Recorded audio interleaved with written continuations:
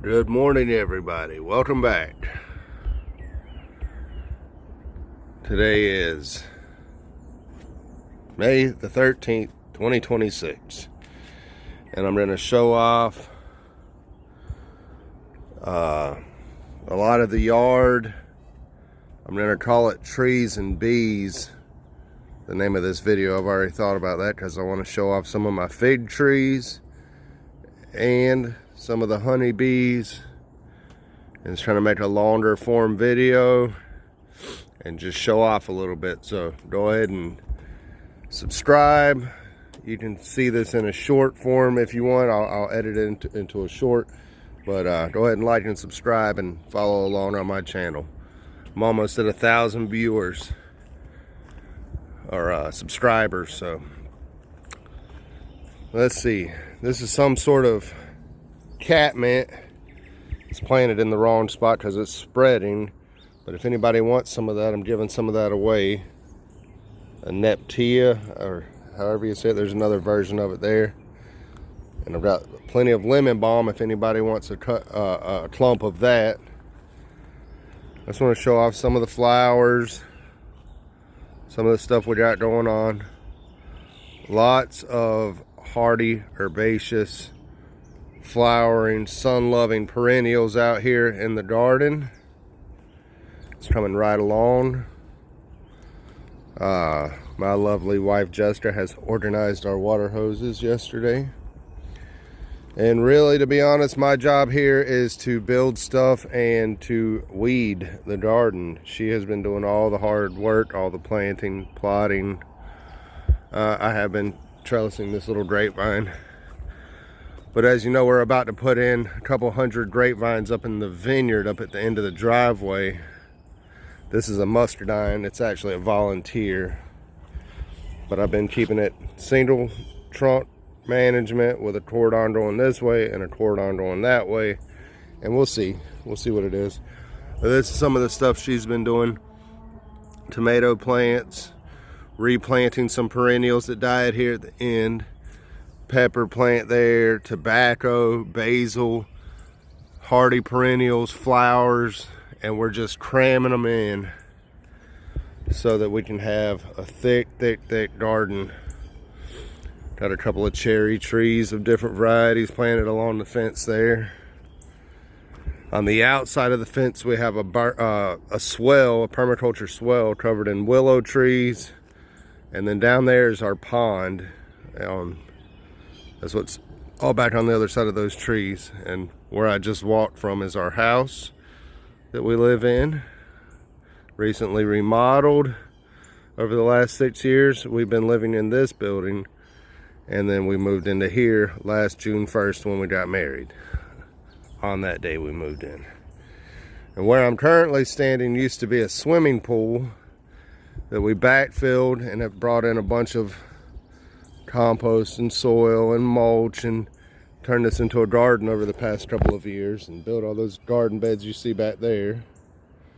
That's my little biochar making area right there covered in the tarp, which is leaving some to be desired, but we'll get back to that.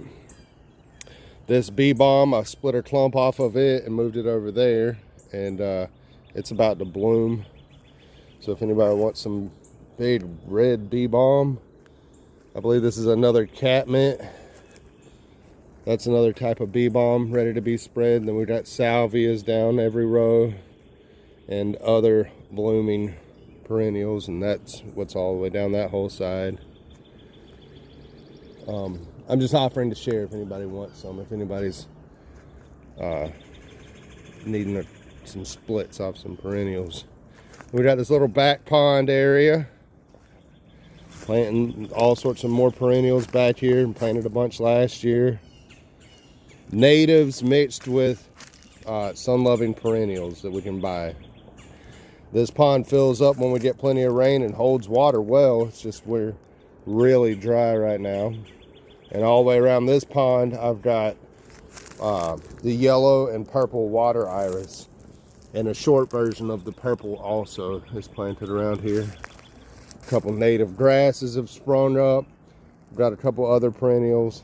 And this is kind of just like a little mound here that's got a bunch of mimosas growing on it from that mother mimosa, and this black locust. There's a bunch of baby black locust all around in here. And then I've got this whole back wall back here planted too. Just tons of stuff. And this is our dog Willie Davis, and he's on the trail. Go ahead. Go ahead. You see him shedding his winter coat there on his ass. You can see that right there. That's his winter coat coming off. Yep. But we got a apple tree rootstock, which I plan on grafting, planted down this back wall.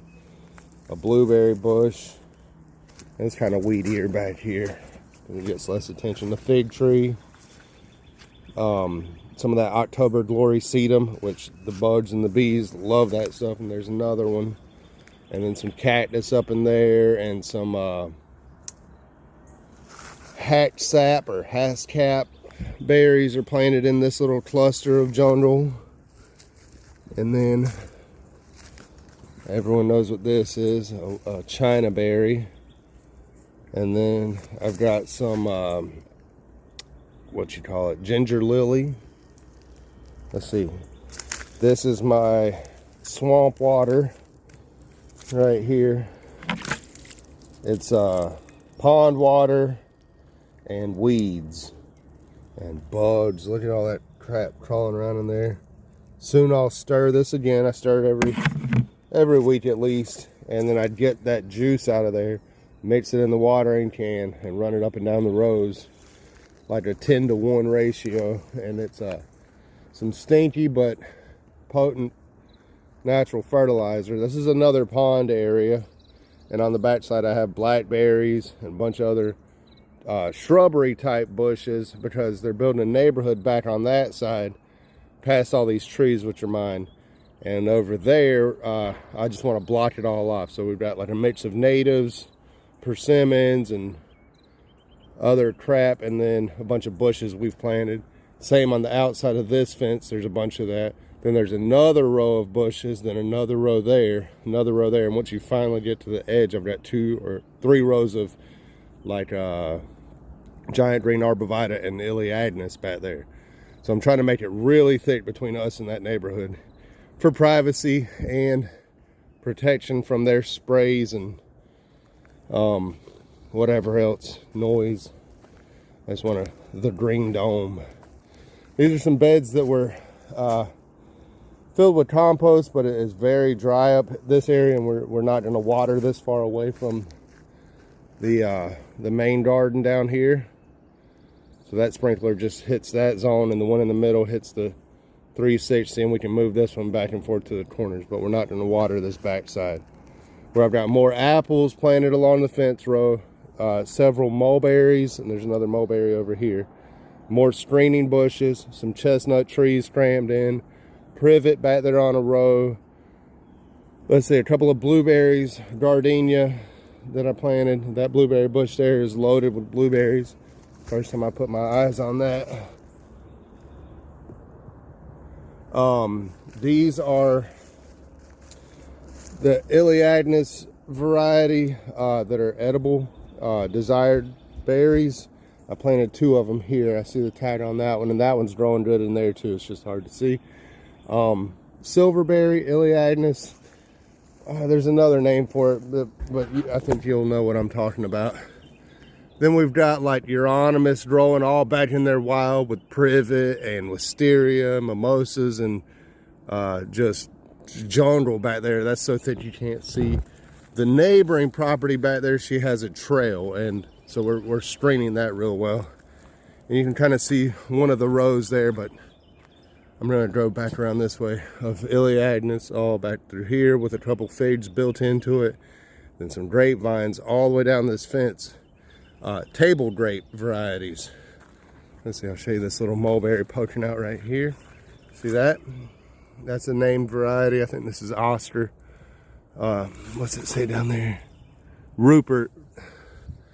And then this is a Stump's grapevine right here that's spreading out that way too, and I made an air layer off of it last fall in a video. Come on, we're not going out the fence. Go this way. And I've got all this is really planted intentionally. There's a peanut butter tree, which is a spreading invasive type tree, which I'm going to let colonize this whole zone also. And this is a Nellie Stevens holly that should get really big, and a variegated privet that should get really big, and fragrant tea olives all planted in here also. So this whole thing should be a thick wall at some point. And this pond, this is another pond. This is actually part of the permaculture swell system. As it comes down, it goes through multiple swells. This is it comes through that gate I just showed you, and it fills this one up first. And once this one's full, it overflows and fills up the pond I was showing you over there. And this one drains first, doesn't hold water as well, which is fine. And then that one over there holds water. That right there is all this huge thornless blackberry. That's a flowering plum-like thing. That first thing in the spring with all them pink flowers. These are native persimmons that we're just letting grow here and pruning up. A yellow butterfly bush that I've got there. And then looking back this way at the garden, more thornless blackberry, a different variety, and all sorts of flowering perennial, sun-loving, hardy flowering perennials, herbaceous flowering perennials. And then more tomatoes, sunflowers, dahlias. This is hyssop, anise hyssop. That's a big dahlia there. Then you see at the end of all the rows of perennials planted down. We got perennials going in, but then she's tucked in different flowers, different crops. See, that's not hot lips, but that's very similar to hot lips. But then this is a weed, but it's growing like a filler for her cut flower arrangements or dahlias. This isn't the hyssop. This is something else. And just look how pretty that is, about to bloom right there. Another perennial, another perennial, another perennial.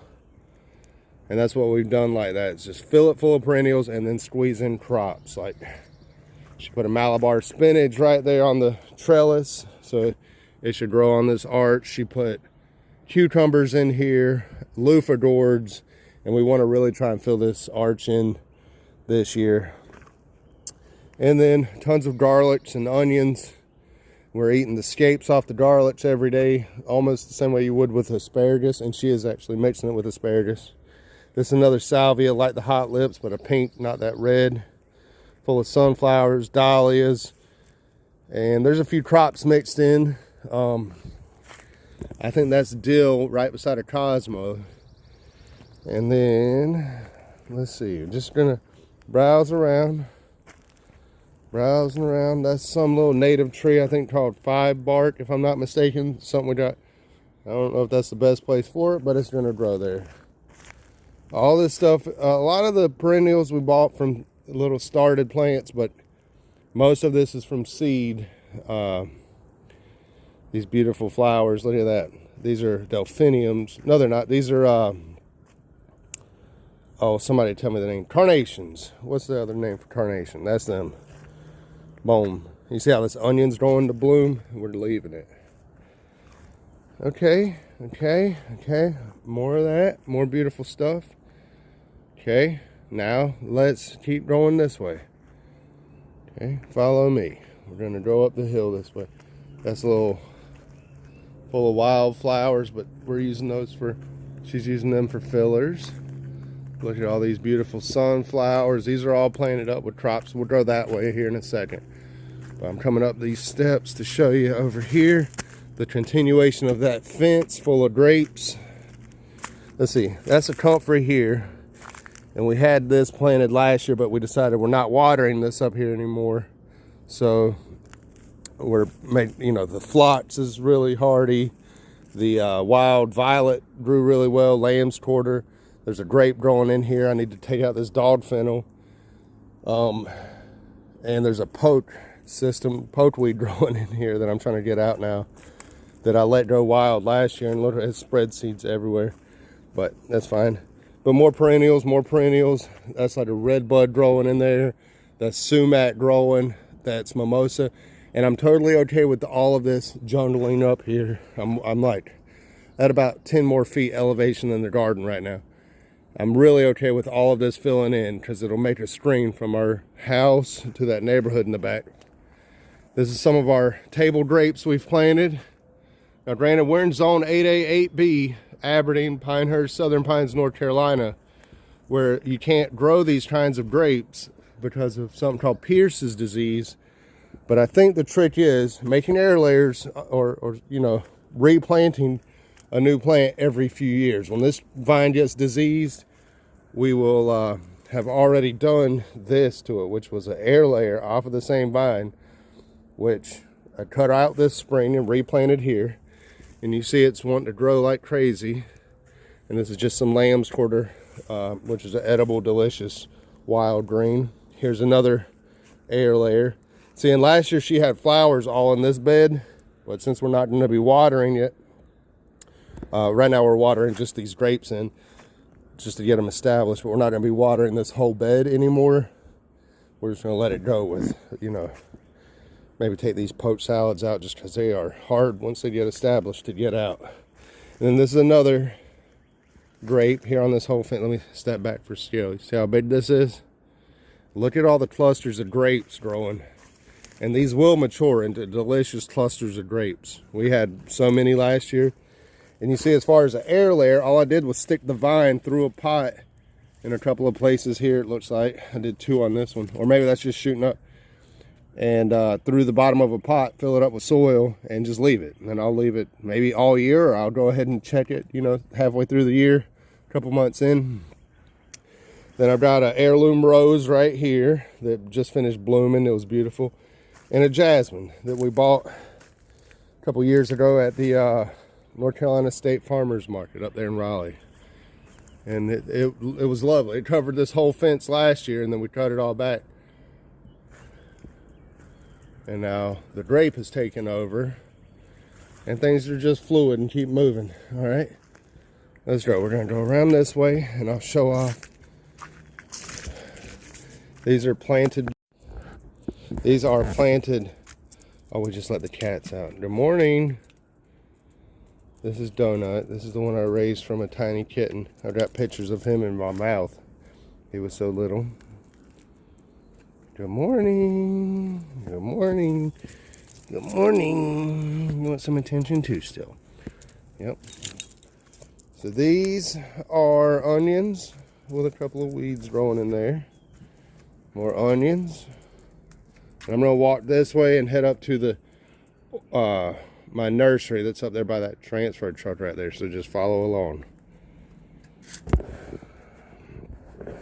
These are a bunch of sunflowers that are springing back. Mix them with the onions that we planted in that bed.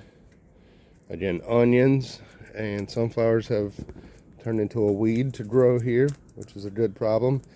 This is all different varieties of kale and a potato that lasted in that bed where we had potatoes in here last year. More kale. This one bed of lettuce right here, I ate nearly every day off of this bed of lettuce up until about 3 weeks ago, from like January when it started turning into summertime. Yeah, y'all remember that? Let's see, sunflowers. Oh, we got our first sunflower starting to open right there. Okay, there we go, first sunflower starting to open. I'll walk down there and look at that. Hold on, I'm coming around. Here's a little tray of asparagus, and those will all live and get rooted out. Asparagus grows great from seed, and they are super hardy. And they don't take as long as they make it sound like. It's not going to be 6 years before you harvest asparagus off of that. They just get big fast. More sunflowers, and this is a multi-head from just seed dropped where we've had sunflowers planted here last year. More kale. If you don't know me, this is my pump house right here. And these are all feeder jars for honeybees. Let's see. This is the rabbit pen. And she shits every day in the same spot, so we collect it with these buckets. But I do have a little bit of spillover where I haven't cleaned up, but that's nothing in comparison. All the rest of this is dry and clean under here. And she's a rescue bunny that our dog Willie walked up with a few years ago with her in his mouth as a little tiny black bunny, which we thought was wild, but it's not. It was from a domesticated rabbit running loose. This is my little shop in here, the tool shed. Let's see, I'll bring you around this way. See my nice gutters and metal roof and metal fascia and cameras everywhere and vinyl siding on just the very end of the house. This is my wood shop in the carport. And in there is just unused space really inside the carport rooms. I need to figure out, I'm thinking about putting a bathroom in that one over there. But this is where I'm making honeybee boxes and any other wood projects I need to work on. And again, you can see the pond from this side. This is our giant front porch that I made for the wedding. Let's see. Bam. Okay. And then back up this way. Honeybee hive. Maybe I'll go up these stairs. Honeybee hives. My tractor up there. Let's just keep going. Oh, there's another cat. That's Blackie, who is on the hunt already this morning. He's looking at something up in there. Oh, I hear it. There's a bird. Okay, coming up through here, my second work van. Let's see, this is another permaculture swell right here. And here's another one that is turning into a nice jungle to block us from the neighbor, who we like, but we share half the pond with that neighbor. This is the truck and a whole bunch of trash. It needs to get hauled out of here. I don't care what I do, this place always generates trash. It's incredible. If you know the backstory of this place, it was a hoarder house where we took 14 construction dumpsters full of trash out of here just to be able to see what we had going on. So this is another swell here at the bottom of an upper swell. And a swell is just like a ditch that catches the rainwater, and then the rainwater can overflow if it gets too high. If not, it just soaks into the ground, okay? And it's planted with a mulberry, then a chestnut, and then a fig tree, and then a mulberry, then a chestnut, and a fig tree, ending at this giant white mulberry down here. And that same pattern is planted all the way along this berm.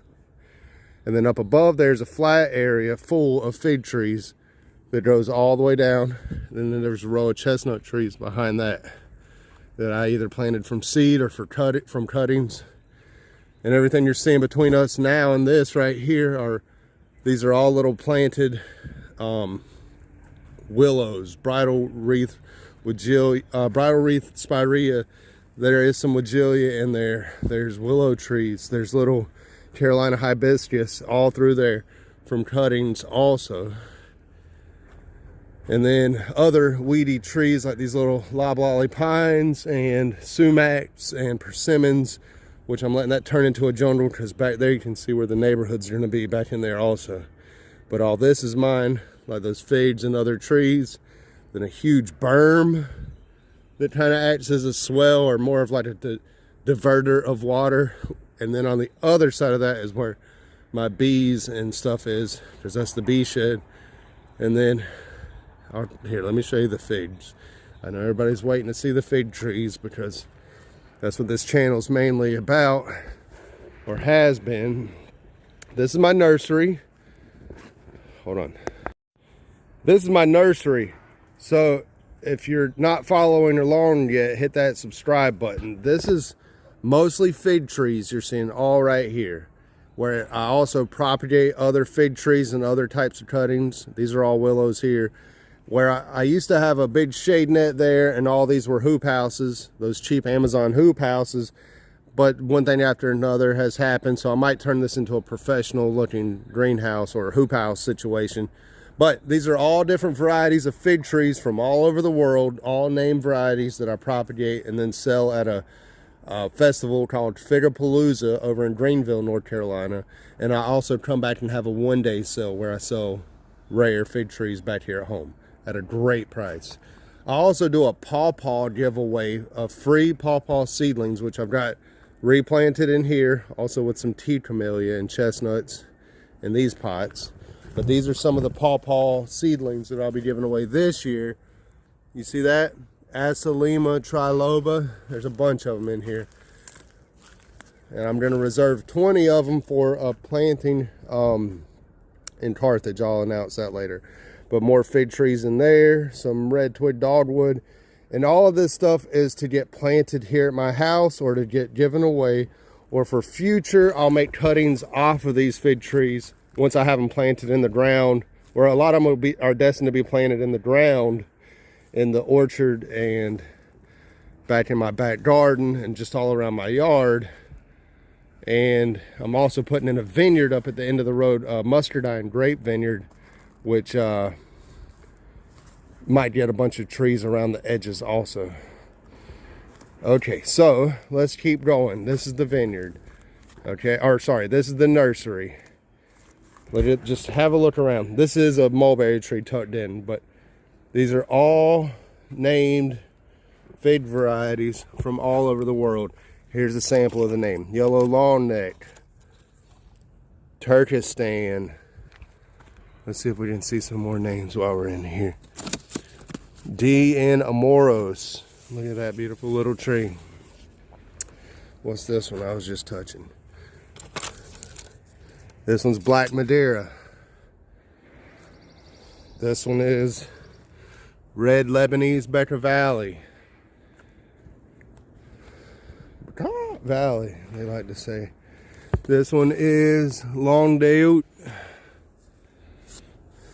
Then you got like ones that were killed back from the wintertime, a Cheeto Strawberry, and they're coming back nicely. Other ones. Let's see, a variety of mulberries planted along here, or not planted, but potted up in here from cuttings from wild ones that I'm field trialing. Like this is Dollar General. I believe this is Dollar General because they're turning lavender, and it was the one that I was really excited about. They look white right there, but they're ripening into a lavender color. So I believe both of these are Dollar General, which is DG, which is a named mulberry tree that I found, a wild, named it, then they cut it down. So there's only a couple people in the world that have cuttings of this tree now. But it's just a delicious lavender mulberry tree. So a lot of these fig trees I've had for several years. All of them grown from cuttings. 2 or 3 I've made in trade. Like this is that Peter's honey that I traded Brad Hamilton for, and I immediately put 3 air layers on it, and they're all rooted and good, need to come off of here. Look at that. All 3 of these are ready to go. So I'll be cutting those off soon. Lots more little cuttings that I've done over the winter. Look at all these. And there's a whole row over there. There's hundreds. There's hundreds. And all different names. What's that say? Badgetar Ta San Juan. That's the name of that one. That one is Italian Everbearing. That's Little Miss Figgy. There's super rares, there's more common, but they're all different name. Lavolsi, I see right there. Nice tree. Let's see, I'm gonna come around like this. Ronde Bordeaux, I-258. I think that's another I-258. This is Red Sicilian, actually. And these are all little cuttings. Super Red Jumbo DK or whatever. He died. Let's see. What does that say right there? That says Capole Negra from TJ that I stuck as a cutting on 2/21 this year. And it's growing great, along with all the rest of these. That's another mulberry right here. I think this is an Illinois Everbearing that I rescued out of the ground and just stuck in a pot. So I like to do a lot of air layers off the bases. You see where they're shooting up like a sucker like this? I'll take a pot and sit that pot over that sucker, and then at some point I'll come in here and just cut it off down here, and that's a whole tree. You can also put this pot just anywhere here on this branch if it's supported, and then that right there grows out of it. Or roots grow into the pot, you cut it off down below the pot, this is growing out of the main trunk, and then boom, you've got a whole new tree. And this is winter dieback on this part of the trunk, so that just needs to get cut off here anyways. And this wood is probably going to be more unhealthy because of that winter damage. So let it grow roots into that pot, cut it back to there, and then you got a potted little straight shaft tree, but then it sends up the suckers from the base like this, and those will be super healthy new trunks that you need to protect in the wintertime. And that's the way I'm propagating a lot of these trees. Like, look in there, big pots over those branches. Those will be full-grown trees when I get in there and cut them out. And that is a Armenian. Let's see. These are all little ones that I rescued out where I'd put 60.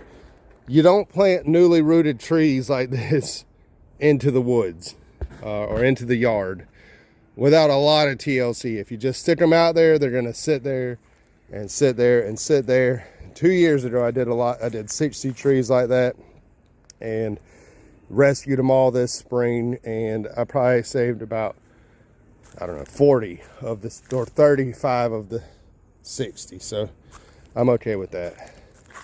This is a random plum that I got in here and I need to plant. I went and bought this plum tree because it was blooming at the same time another plum tree down here was blooming, and then I set it next to it for cross-pollination. You can probably hear my neighbor through those trees. Those are still my trees here. And then there's, he left like 20 feet of his tree thicket. But then on the other side of that stuff, he's clearing. And you can see where a vehicle just passed up there. He's gonna make that into a homestead up there. But we have a lot of clearing. That's a different neighbor than the one that I share the pond with, but it's kind of in line with his house. So this is some more planting of fig trees and different stuff. And again, this is the nursery area. It's a junky mess, but I love it. That's my soil sifter that I built. It works great. Pot storage and just a bunch of stuff. Okay. And it's very fluid. This stuff changes. So there's 40 fig trees. Let's see. You see that old honey extractor there that I'm giving to my mom, and this sprinkler. Let's see. Between here and over here, there's 40 fig trees. And I went between the rows, tilled it with my tractor just so I can break the ground and kill all them weeds. Or I had it mulched before. Let's see, let's go back. This was all pine trees in here that I took out. Then planted all the fig trees, mulched it all, and then just this spring I tilled it, mulched it real heavy, and amended that little strip between all the rows of fig trees and planted crops. Like, we got potatoes right there. That's a whole row of potatoes. This is a whole row of dill and cucumbers. This is a row of tomatoes of different varieties. They're getting some deer pressure, but I think once stuff starts jungling up a little bit, they'll be better. Another row of tomatoes. Now these are all Asian pear varieties I've got planted all the way down the front here, and then there's a row of plums, and then there's the 40 figs also. See this? Pear and then plum. This is a row of, I believe, roselle, which is like a Jamaican tea that we make. It's really good. This is a row of tobacco that she's growing her own tobacco to smoke. Let's see. Pear, plum, and then there's 4 fig trees. Bam, bam, bam, bam, bam. I've also got canna lilies planted all out here. There's wild sumac growing. There's little blue stem, I think you call that, or broom straw is what we grew up calling it. All the weeds are growing out here also. I need it to be more jungly in this area because I'm getting a ton of winter dieback because it's a little too cold for a lot of these rare fig varieties to be winter hardy. So I'm just trying to like jungle it up so that the fig trees will make it through the winter. and not die back to the ground and have to regrow right away. There's another row of some weak little squashes that were just left over, squashes and cucumbers that were just kind of stuck out here with no real hopes. And you see there's one of the fig trees that's coming back. Let's see, there's another one coming back from the ground. There's another one coming back from the ground. And these are all named varieties also. They're all labeled and they all are in a computer system, so we know what they all are. And there's another one there. So there's 40 in here. They're all small right now, making their comeback. And I mean, a lot of them will be head high, chest high. There's some over there that were like 12 feet tall. But it just all depends how they take off again from winter. So this is one of the chestnut trees. I actually had bought 11 chestnuts, Dunstan chestnuts, when I first planted from Walmart on sale. And they're doing great. These are flowering. Those are flowering. About 15 years ago, my brother planted chestnuts at his house, and he's getting buckets and buckets of chestnuts. I helped him with that.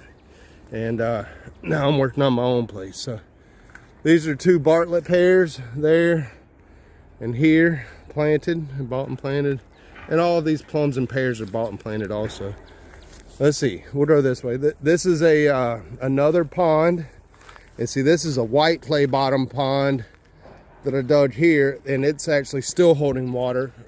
Like the back one back there is not holding water. This one still is. So I got a nice little walkway around here. It's getting colonized right now with natives, like sedges and let's see, reeds and frogs and toads. But see, I want to dig this out right here just a little bit more so I can hold more water here. But this one holds a ton of water throughout the year. The bees love it. All the wild things love it. Let's see, this is more on the other side. I got some stuff started planting along here. Got some of my mulch piles back there. Look at where we're at. I got a row of figs all right there. And back to the nursery and where we just came from. Let's keep going down the driveway now. Bring you out this way. This is the bee yard that I'm always, like I said, it's fluid. It's always changing. We probably got 100 colonies going right now, all different shapes and sizes. I'm manufacturing queen bees for sale. We just made a whole bunch of honey, and there's just all different stages and sizes of growth. I know what's going on. It'd be hard to tell what's going on here and tell you all about it in just a quick video like this. But see, now we're on the back side of them chestnut trees and that berm that runs all the way down. You can see where we're at. This is part of the business back here, my landscape lighting business. Those buildings, there were a couple buildings back there you didn't see. All these other trucks and things back here, part of that business, for storage and just different reasons or another. Let's see, this is really cool. This beehive is doing what's called bearding. Look at all the bees on the front of that. See, they're all going in and out like this one. But that one's so loaded with bees, so I put another deep on top of that, hoping they'd all move on up. Like this one's gonna be opened up where they can go in there, but they sat out here overnight like that, so I gotta do something about that here before I go to work. But all the rest of them are thriving, looking great too. I'm making new woodenware all the time. Look at how happy those are, just going in and out of that tiny little hole, protecting their home.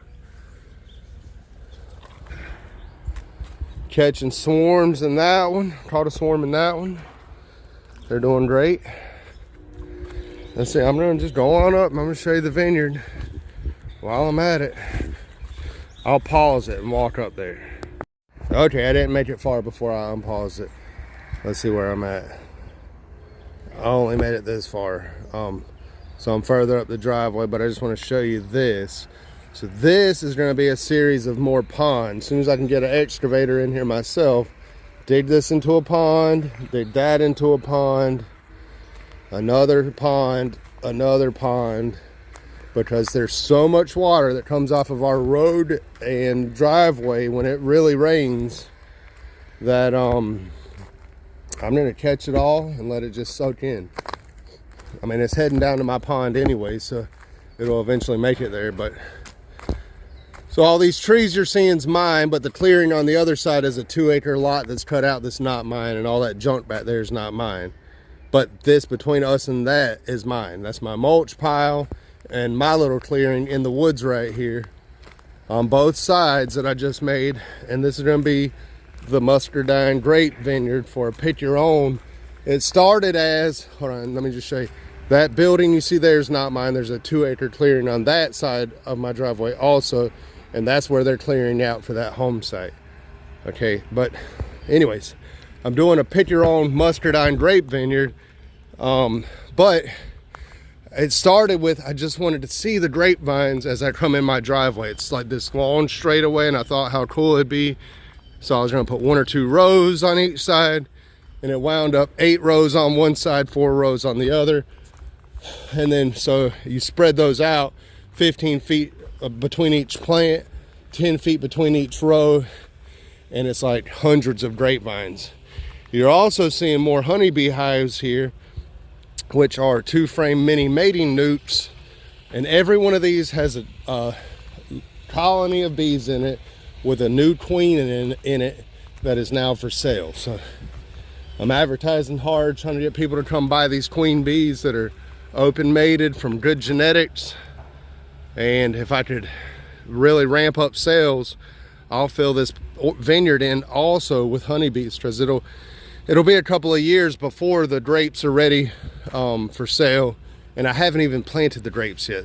But see, they're going in this coming fall. So I didn't want to rush because I don't have my irrigation finished yet, which is that black hose that goes all the way back down to the pond, which is way down there, like 700 or 800 feet. So that's a long ways when it comes to burying a black hose.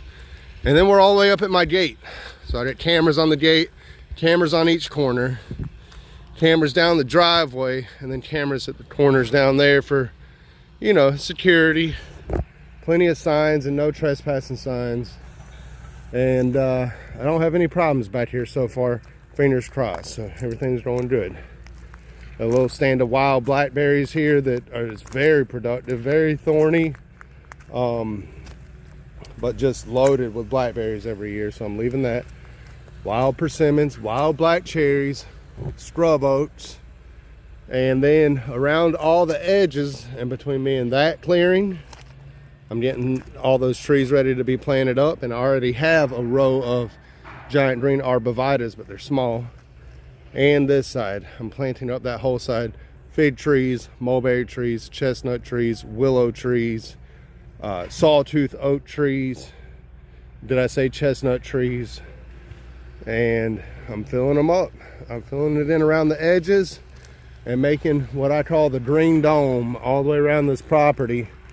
And then you pull down this driveway like this, seeing vineyard on both sides and a privacy fence up there, bam. And this will be like where it's open to the public when it's open, part down there. But then past that is my bee yard, past that is my nursery and giant orchard garden and home site down in there, which hopefully will be screened from all angles from all the way around in the next couple of years. I'm hoping to get it thick up around here. So all right, well, that's the tour. That's the long form show off of the property and some of the future plans and just what's been going on lately. Make sure to hit that subscribe button, and I'll make one of these videos long like this every now and then, but I'm making tons of shorts and smaller videos, and I think I'll start making a few more Facebook reels. So anyways, Dramatic Honey Company, Trees and Bees LLC, which is the nursery.